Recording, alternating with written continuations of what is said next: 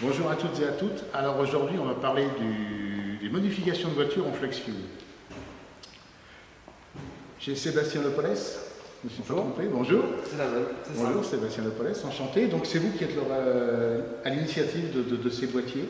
Tout à fait. Racontez-moi un petit peu l'historique et présentez votre entreprise. Quand le super éthanol est arrivé en France donc dans les années 2008-2009, nous avons donc lancé notre premier boîtier de conversion flex fuel permettant de rouler au super éthanol, au samplon 95 ou n'importe quel mélange des deux carburants dans le même réservoir.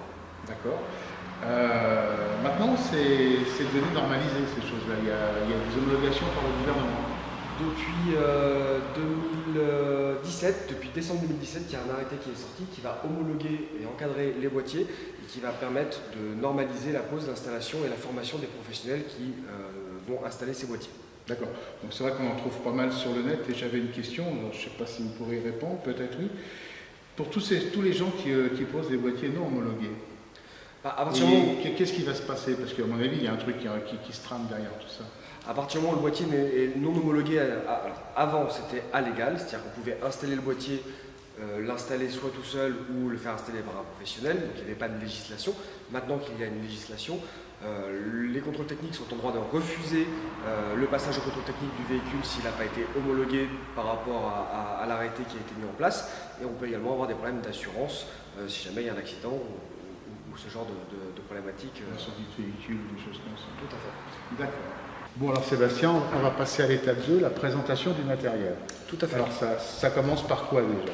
Alors on va commencer par repérer les injecteurs. Ouais. Vérifier que notre faisceau correspond bien au modèle d'injecteur que nous avons sur le moteur. D'accord. Et ensuite, plugger directement le boîtier en fonction du nombre de cylindres du véhicule. D'accord. Donc voici le boîtier. Alors le boîtier est composé d'un boîtier plastique, d'une carte électronique, d'un faisceau qui va directement aux injecteurs avec un système de polarité inversée et d'un port USB permettant de paramétrer le boîtier en fonction du type de moteur. De l'autre côté du boîtier, nous retrouvons le faisceau d'injection avec des connecteurs d'origine constructeur, donc qui fonctionnent en plug and play directement. D'accord. Avec l'étanchéité qui est faite au niveau des fils. D'accord. Et on relie qu'aux injecteurs? On ne relie qu'aux injecteurs. On va se servir des sondes du véhicule pour retravailler le temps d'injection en fonction du type de carburant. Et des températures, de fonctionnement. D'accord. Alors sur le moteur, ça donne... Alors sur le moteur, c'est assez simple. Hop, on va arriver, on va déconnecter l'injecteur. Donc le connecteur d'origine de l'injecteur qui est ici. Donc, ensuite, on va connecter, hop, je vais poser le boîtier juste là. Le temps de vous montrer comment ça fonctionne. Alors une fois qu'on a déconnecté l'injecteur, on prend le connecteur d'origine du boîtier flex fuel, donc qui est exactement le même. On vient le clipser à la place. Ensuite, on récupère le connecteur du véhicule qu'on vient plugger directement sur le faisceau du boîtier flex fuel. D'accord. Et on fait ça sur chaque injecteur. D'accord. Ensuite, après, vous paramétrez. Une masse à brancher sur la batterie ou sur une masse châssis. Et tout simplement, si un jour on veut repasser d'origine, on débranche la masse et le véhicule repasse d'origine. Le software s'enlève. Et à partir de là, on vient se plugger avec l'ordinateur sur la prise USB ici pour paramétrer le boîtier en fonction du véhicule. C'est à chaque fois un réglage sur mesure.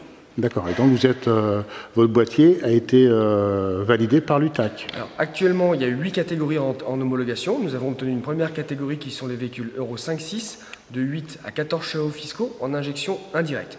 Plusieurs autres véhicules sont à l'UTAC pour passage de test. D'accord, très bien. Alors, c'est parce que je ne vais pas vous poser la question quel est l'avantage de rouler en flex fuel avec le prix du carburant, puisqu'on le voit ici.